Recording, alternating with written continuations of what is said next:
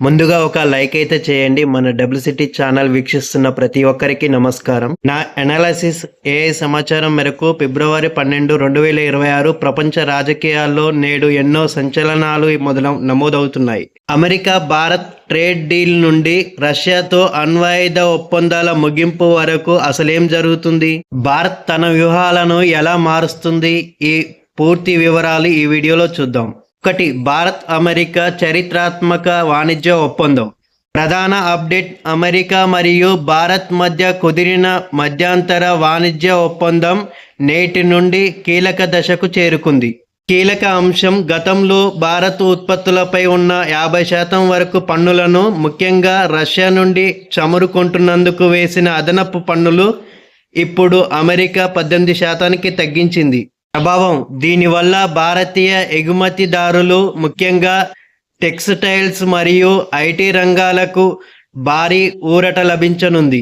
Stock మార్కెట్లలో విదేశీ పెట్టుబడులు ఎఫ్పిఐ స్మాల్ ఎస్ మళ్లీ పెరిగే అవకాశం ఉంది. 2. రష్యా న్యూ స్టార్ట్ ఒప్పందం ముగింపు. Global tension. ఏం జరిగింది? అమెరికా మరియు రష్యా మధ్య ఉన్న చివరి ప్రధాన అణ్వాయుధ నియంత్రణ ఒప్పందం న్యూ స్టార్ట్ ఫిబ్రవరి మొదట్లో గడువు ముగిసింది. ప్రమాదం: ప్రస్తుతం ఈ రెండు దేశాల మధ్య అణ్వాయుధాలను నియంత్రించే చట్టబద్ధమైన ఒప్పందం ఏదీ లేదు. ఇది ప్రపంచవ్యాప్తంగా కొత్త అణ్వాయుధ పోటీకి, అంటే ఆర్మ్స్ రేస్ దారితీస్తుందని నిపుణులు ఆందోళన వ్యక్తం చేస్తున్నారు. 3. Energy geopolitics. భారత్ దూకుడు. Russia oil.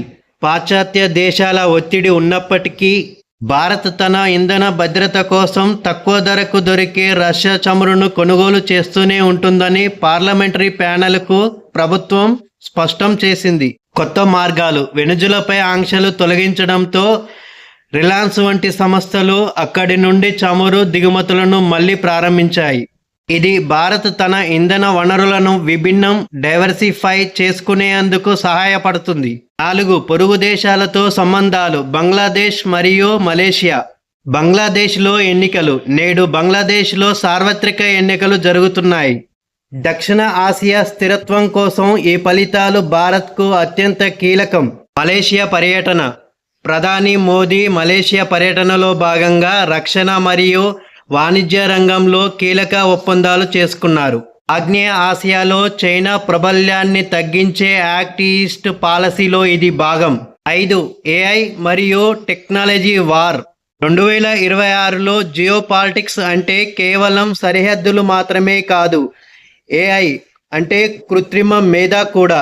అమెరికా, చైనా మధ్య సెమీకండక్టర్లు మరియు ఏఐ చిప్స్ కోసం పోరాటం తీవ్రతరమైంది. భారత్ తన సెమీకండక్టర్ మిషన్ ద్వారా గ్లోబల్ సప్లై చైన్లో కీలకంగా మారుతుంది. చూశారుగా, ప్రపంచం ఒక కొత్త ఆర్థిక మరియు రక్షణ వ్యవస్థ వైపు అడుగులు వేస్తుంది. ఈ మార్పుల్లో భారత్ ఒక విశ్వమిత్రగా తన స్థానాన్ని పదిలం చేసుకుంటుంది. మీకు ఏమనిపిస్తుంది?